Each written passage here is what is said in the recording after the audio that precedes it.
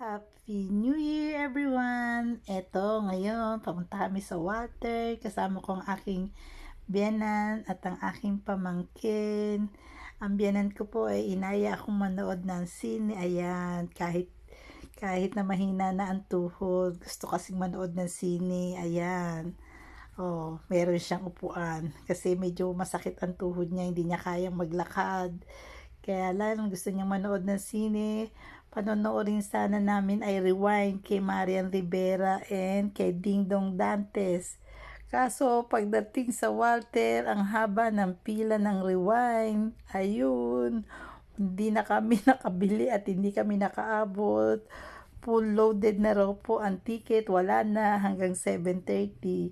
Kaya ayun, nag-decide kami na kay Sharon at Alden na lang ang aming panoorin kasi kesa nga naman uuwi kami na hindi kami nakapanood ng sine. Ang haba ng pila. Then, second day naman po ito. Pumunta ako sa PLDT sa SM Marilao kasi inayos ko po yung dati naming wifi na PLDT.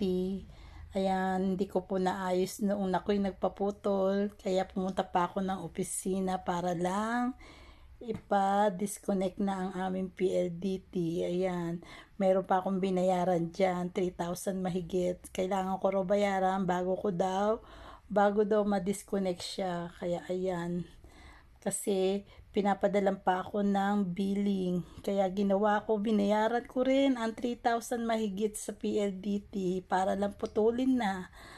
Kaya nakaka-stress kasi. Kaya kahit na pagod ka na ng Pasko, lumuwas ka pa ulit, punta ka pa ng SM Marilao, napunta ako sa opisina ng PLDT. Ayan, napagod ako, kumain muna ako sa Jollibee. Oh, thank you po for watching. Happy New Year po sa inyong lahat. God bless, ingat po tayo. Bye bye. Maraming salamat po.